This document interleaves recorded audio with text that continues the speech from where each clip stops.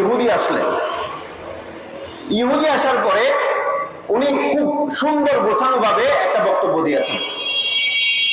বক্তব্য শেষ হওয়ার পরে খলিফা মামুন রশিদ ওই ইহুদি লোককে ডাক দিয়া বলে, ও ইহুদি, তোমাকে তো দেখে মনে হয় তুমি একজন ইহুদি, কিন্তু তোমার কথা এত সুন্দর, তুমি কি মুসলমান হইতে পারবা?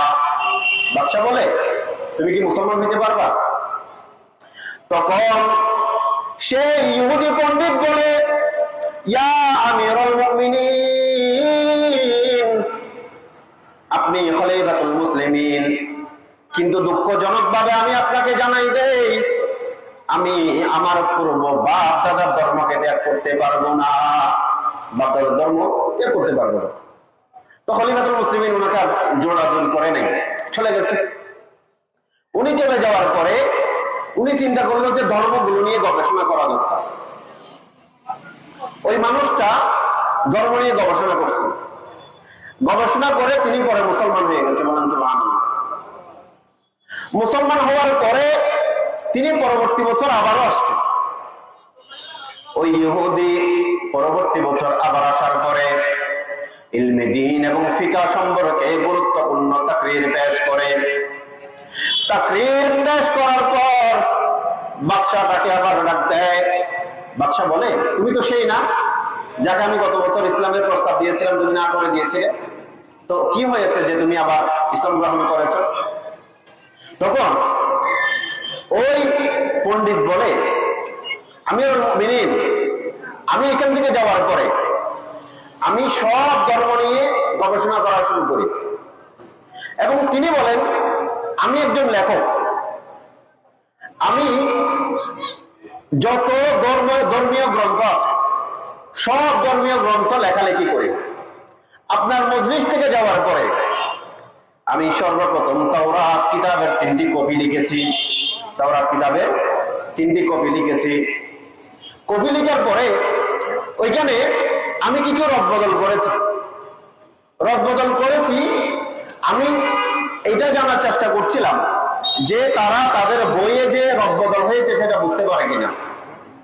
মুহতারাম হাজিরিন, ওই পণ্ডিত বলে, হুজুর, আমি সেই তাওরাত কিতাবের মধ্যে কিছু রদবদল করে তাদের গির্জায় গেলাম। তাদের উপাসনালয়ে যাওয়ার পর তাদেরকে বললাম, আমার কাছে 3টি তাওরাতের কপি আছে, তোমরা যদি চাও আমার কাছ থেকে তা কিনে নিতে পারো। তখন ওই ইহুদিরা যারা উপাসনালয়ে ছিল তারা একটু বইটা দেখলো, দেখার পরে তাকে একটা ভালো দাম দিয়ে বইগুলো কিনে নিল। কিনে নেওয়ার পর ওই পণ্ডিত বলে, এরপর আমি খ্রিস্ট ধর্মের যে তাদের বাইবেল আছে ওই বাইবেলের 3টি কপি রচনা করি। কপিগুলো রচনা করার পর তাদের গির্জায় গিয়ে সেই বইগুলো আবার বিক্রি করে দেয়। তারাও একটু কাটাকাটি করার পর তারা বইগুলো আমার কাছ থেকে কিনে নেয়। অতঃপর আমি সিদ্ধান্ত নিলাম পবিত্র কালামুল্লাহ 3টা কপি লিখবো, ওই 3টা কপিতে কিছু রদবদল করে দিব। ওই কালামুল্লাহর কপিতে কিছু রদবদল করে দিব। এরপরে বললো, হুজুর ঠিক আছে, আমি এর রদবদল করার পরে ওই বইগুলো নিয়ে মুসলমানদের মসজিদে গেলাম। মুসলমানদের মসজিদে যাওয়ার পর তাদের কাছে আমার বইগুলো পেশ করলাম যে তারা যাতে কিনে। পেশ করার পরে তারা আমার বইগুলো, আমার কোরআনের কপিগুলো দেখলো। দেখার পরে বললো, হুজুর, আমি যত জায়গায় রদবদল করেছি তারা সব রদবদল গুলো ধরে আমার বইগুলো প্রত্যাখ্যান করেছে। বলেন সুবহানাল্লাহ। মুহতারাম হাজিরিন, দেখেন ওই ইহুদি পণ্ডিত ওই বাকি সব বইয়ের রদবদল করছে, কেউ সেটা বুঝতে পারে নাই, কিন্তু কোরআনের কবিতে রদবদল করছে সাথে সাথে ধরা।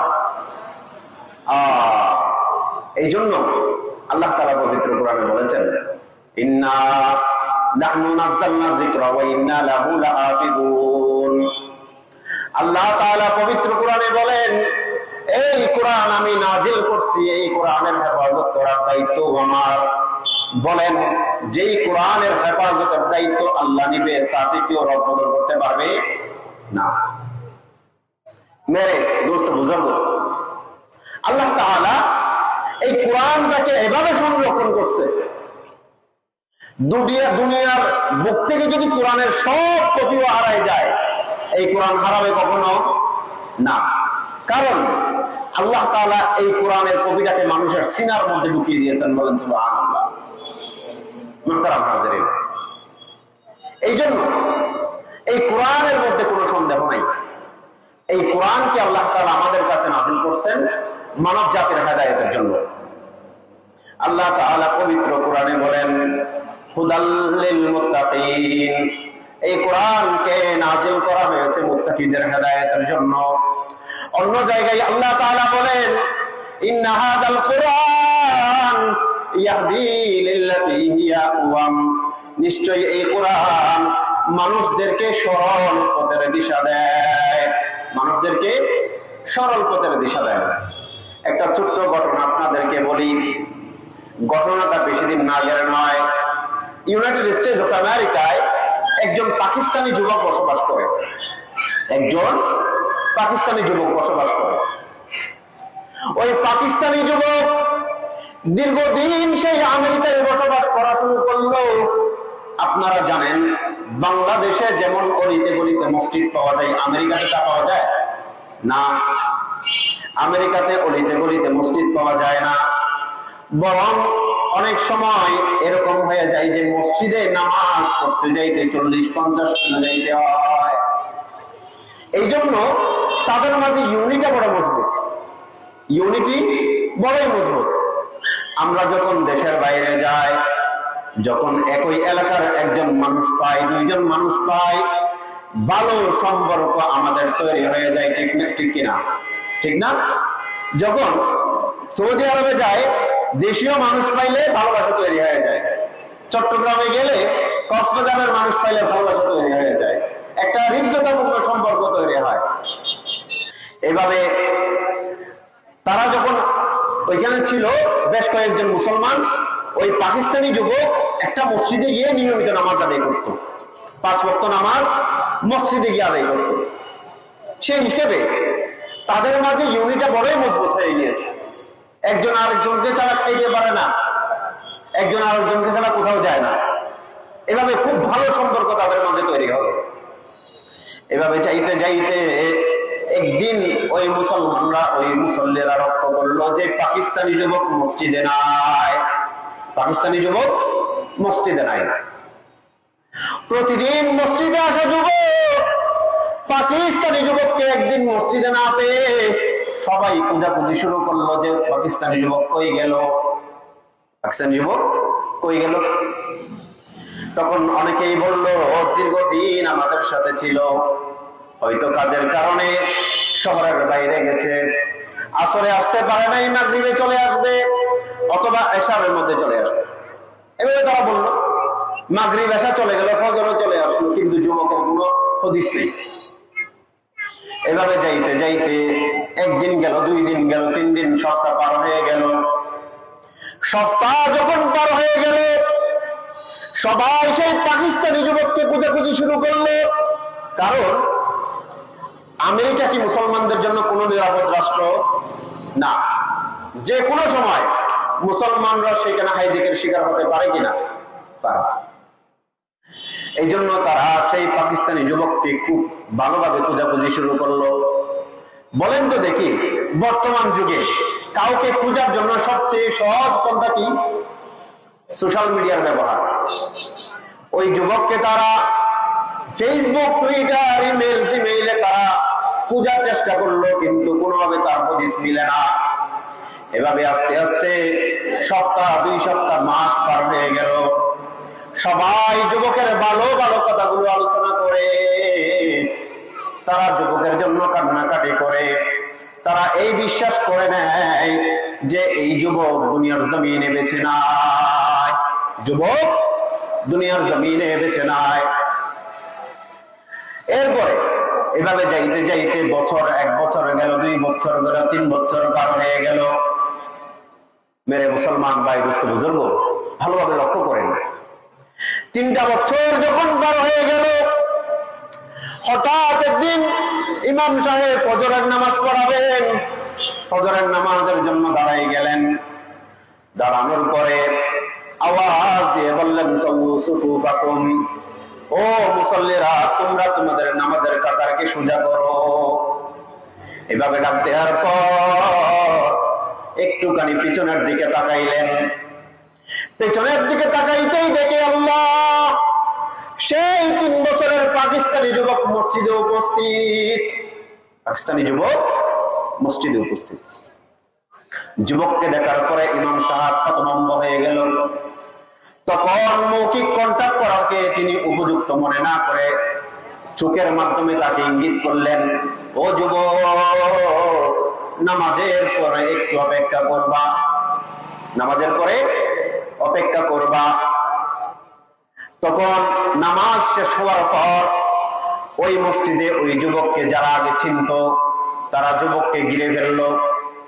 এক পর্যায়ে ইমাম সাহেব যুবকের কাছে এসে বলল, ও যুবক, তুমি তো বড় পাষাণ হৃদয়ের মানুষ, আমরা এতদিন একসাথে ছিলাম, একসাথে চা কফি খাইতাম, তুমি হঠাৎ করে সেই 3 বছর আগে উধাও হয়ে গেলে, আমাদের কথা কি তোমার একবারও মনে পড়ে নাই?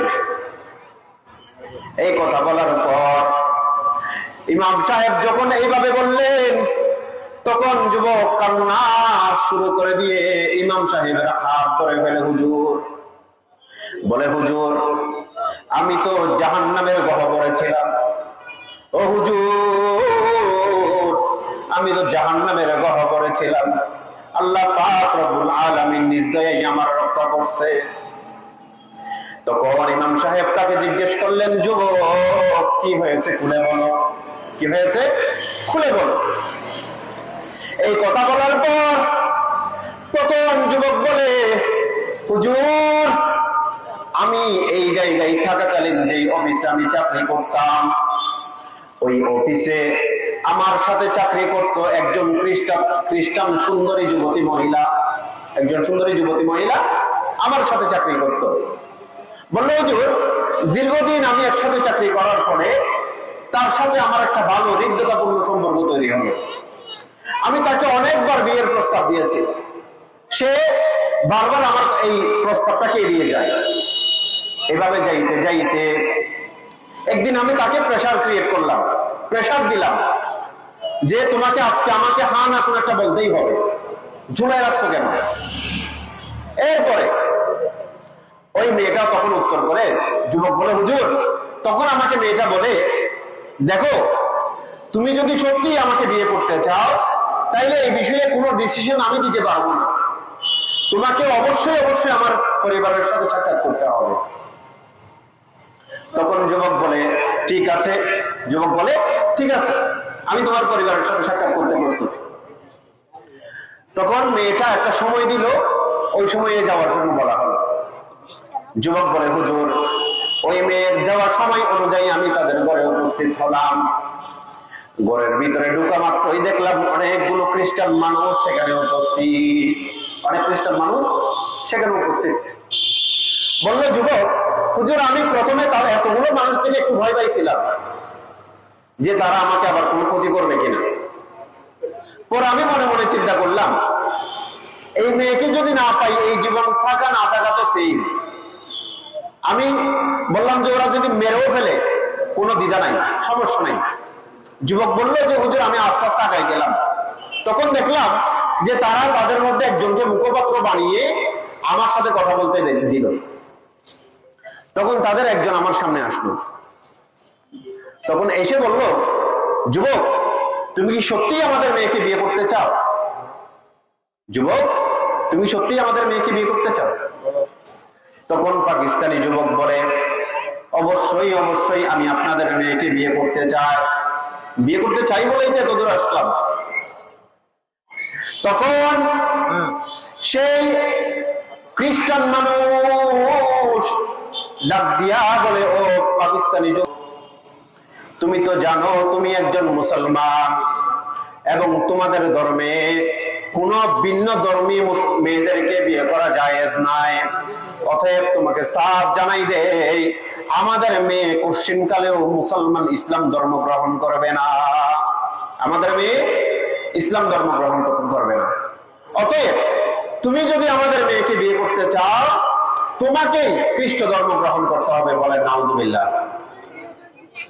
তখন যুবক বলে, হুজুর, আমি মেয়েটার প্রতি এত বেশি মত্ত ছিলাম। আমি তাদেরকে উত্তর করলাম, ঠিক আছে, আমি ইসলাম ধর্ম ত্যাগ করে খ্রিস্ট ধর্মে দীক্ষিত হতে প্রস্তুত। বললো, হুজুর, আমি ধর্ম পরিবর্তনে রাজি হয়ে গেলাম। আমার হঠাৎ ধর্ম পরিবর্তনের আগ্রহ থেকে তারা একটু বিস্মিত হলো, কারণ তারা জানে মুসলমান এত সহজে পরিবর্তনশীল জাতি নয়। তখন তারা বলল, তারা প্রথমে আমাকে তাদের ধর্মে দীক্ষিত করে নিল, এরপর আমাকে বলল যে শুধু ইসলাম গ্রহণ করলে হবে না, তোমাকে আমাদের কিছু শর্ত মানতে হবে। বললে, কি শর্ত মানতে হবে একটু বলেন। তখন তারা বলল যে চলো আমাদের সাথে ডাইনিং টেবিলে চলো। তখন আমাকে ডাইনিং টেবিলে নিয়ে যাওয়া হলো।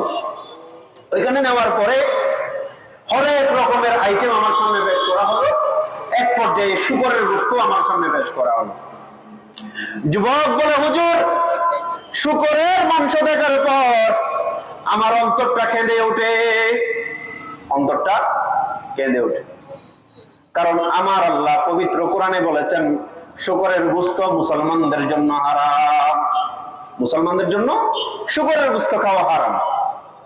যখন তারা আমাকে শুকরের গোশত ভক্ষণ করার জন্য তারা আমাকে বলল, আমি যুবক বলে, হুজুর, ওই শুকরের গোশত খাওয়ার জন্য প্রস্তুত হয়ে গেলাম। এক পর্যায়ে খেয়ে ফেললাম।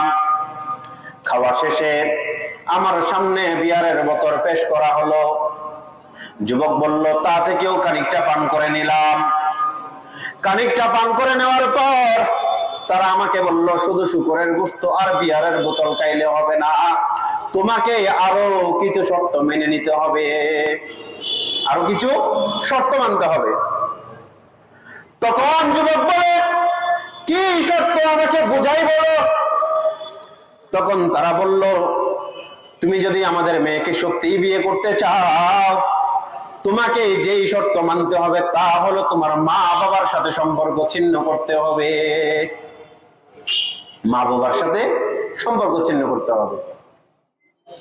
যখন মা বাবার সাথে সম্পর্ক ছিন্ন করার কথা বলা হলো, যুবক বলে, হুজুর, আমার অন্তরটা কেঁপে ওঠে, কারণ যেই মা নিজে না খেয়ে আমাকে খাওয়াইছিল, যেই মা শীতের রাত আমার ঘরে সব ভাই বোন ঘুমাই গেছে, কিন্তু আমার মা ঘুমাইতে পারে না, আমি অসুস্থ।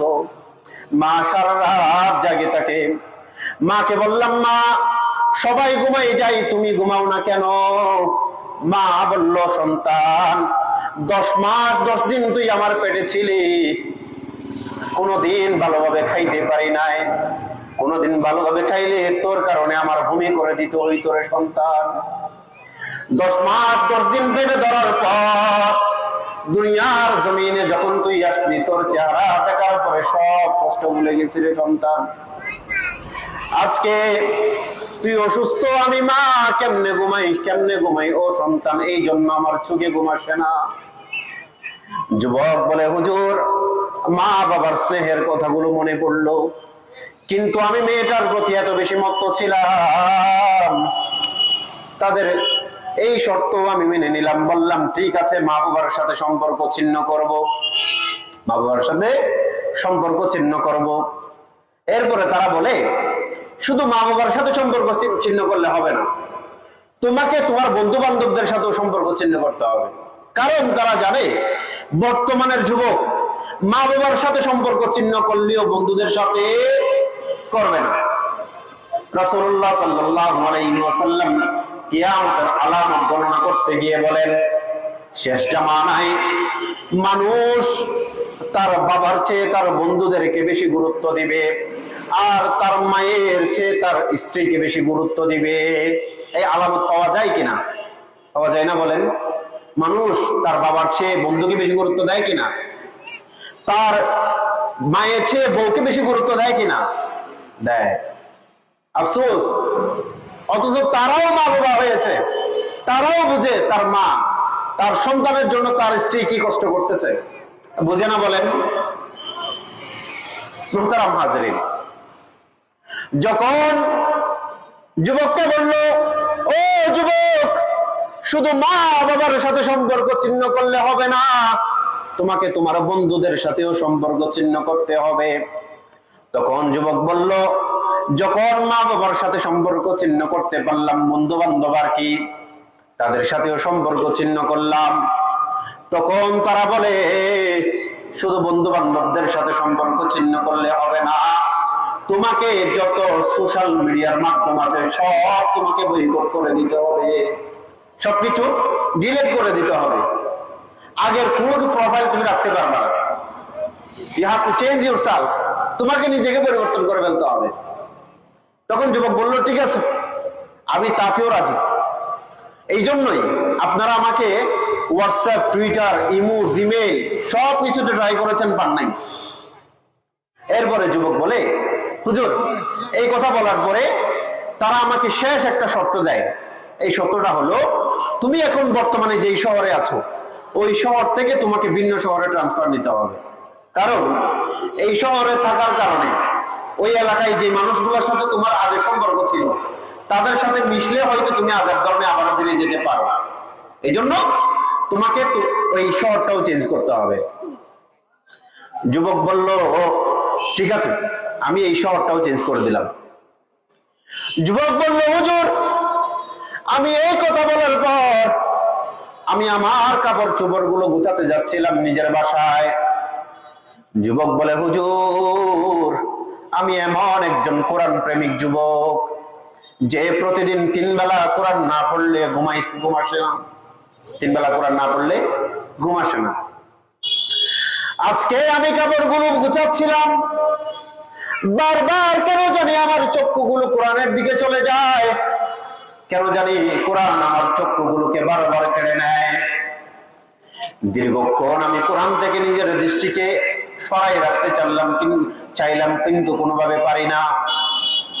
এক পর্যায়ে আমার কেন জানি মনে হলো, কোরআন আমাকে ডাক দিয়ে বলে, ও আল্লাহর বান্দা, এতদিন আমাকে তুই তোর অন্তরে গেঁথে রেখেছিলি, কোনদিন আমাকে 3 বেলা না পড়ে তুই ঘুমাইতে পারতি না রে যুবক। আজকে এমন কি কি হয়েছে? তোর ব্যাগে এত কিছুর জায়গা হয়, তোর ব্যাগে এত কাপড়ের জায়গা হয়, এত জিনিসের জায়গা হয়, আমি কোরআনের জন্য একটা জায়গাও কি তোর লাগেজের মধ্যে নাই? আমার মনে হলো কোরআন আমাকে এইভাবে ডাক দিচ্ছে। যুবক বলল, হুজুর, আমি আর নিজেকে নিয়ন্ত্রণে রাখতে পারলাম না। এক পর্যায়ে কোরআনকে জড়াই ধরলাম। কোরআনকে জড়াই দেওয়ার পরে বললাম, কোরআন, এতদিন আমি তোমার মালিকের ইবাদত করতাম রে কোরআন। তোমার মালিকের ইবাদত করার কারণে প্রতিদিন তোমাকে 3 বেলা তিলাওয়াত করতাম। আজকে তোমার মালিকের ফরমান ছেড়ে দিয়েছি রে কোরআন। আজকে আমি তোমার ইসলাম ধর্ম ত্যাগ করে খ্রিস্ট ধর্মে দীক্ষিত হয়েছি। বলল, কোরআন, আমি ধর্ম পরিবর্তন করেছি তা ঠিক, কিন্তু তোমাকে আমি ছাড়বো না, তোমাকে আমি নিয়ে যাব।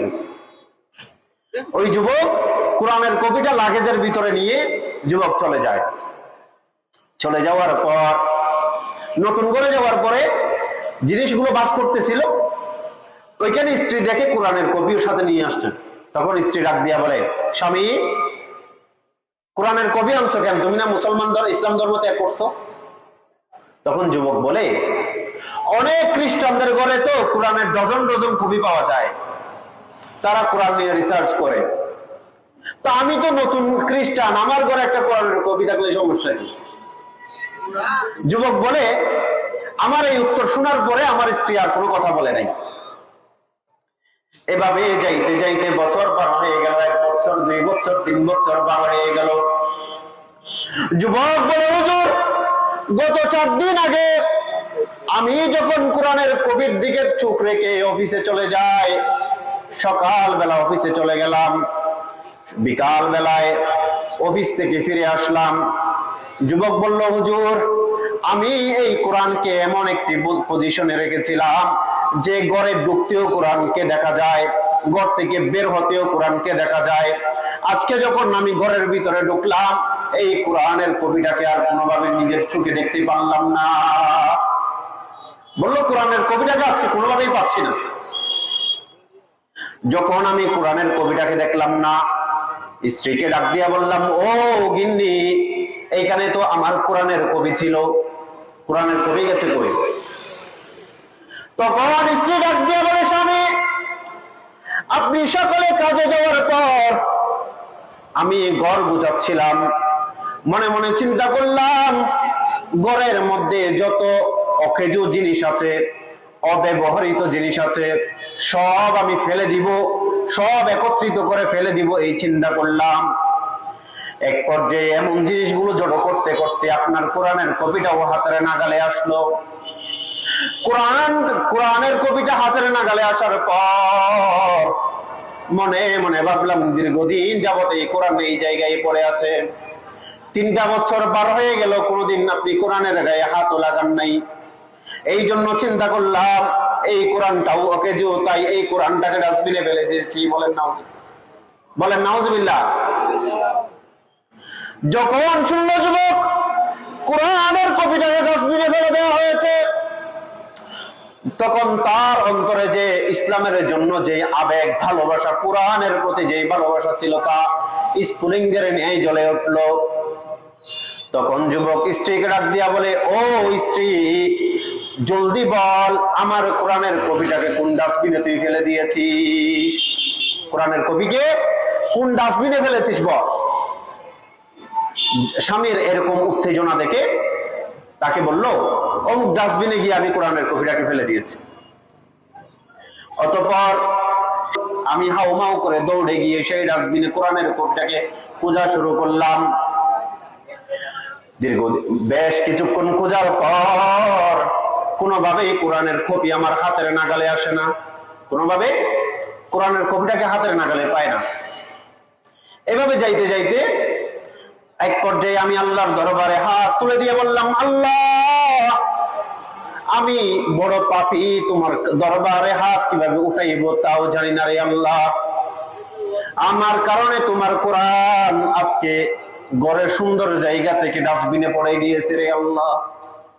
ও মালিক, আমারে তুমি মাফ করে দাও, আমি এখন তোমাকে ওয়াদা দিচ্ছি, আমি ইসলাম ধর্ম গ্রহণ করলাম, আমি ইসলাম ধর্ম গ্রহণ করলাম।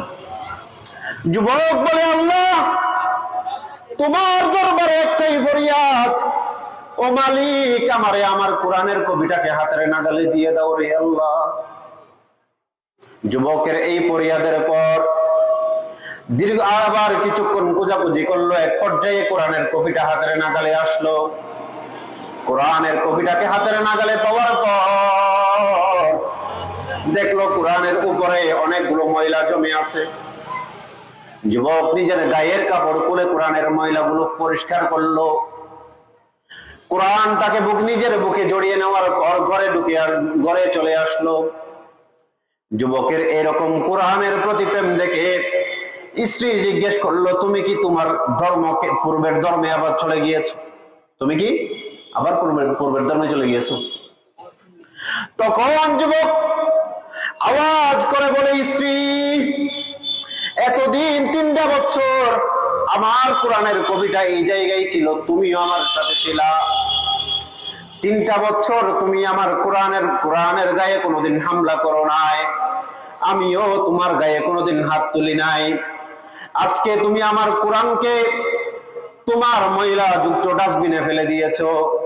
অতএব শুনো, আমিও তোমাকে আজকে নিজের জীবন থেকে ছেড়ে দিলাম। বলল যুবক, হুজুর, আমি আমার যত সম্পদ ছিল সব সম্পদ আমার স্ত্রীকে দিয়ে আমি কোরআনের কবিটাকে নিয়ে গত 4 দিন আগে আমি এই পথে হাঁটা শুরু করলাম। আজকে ফজরের সময় আমি এই মসজিদে এসে পৌঁছালাম। মসজিদে ওযু কালাম করার পর আমি যখন মসজিদে ঢুকতেছিলাম, বারবার কেন জানি আমার পাটা কাঁপতেছিল, আমার পাটা কাঁপতেছিল। আমি মনে মনে ভাবতেছিলাম, যে মালিকের ধর্মকে আমি ফেলে দিয়েছি, যে মালিকের নবীকে আমি ভুলে গিয়েছি, প্রত্যাখ্যান করেছিলাম, সেই মালিকের ঘরে কেমনে ঢুকবো?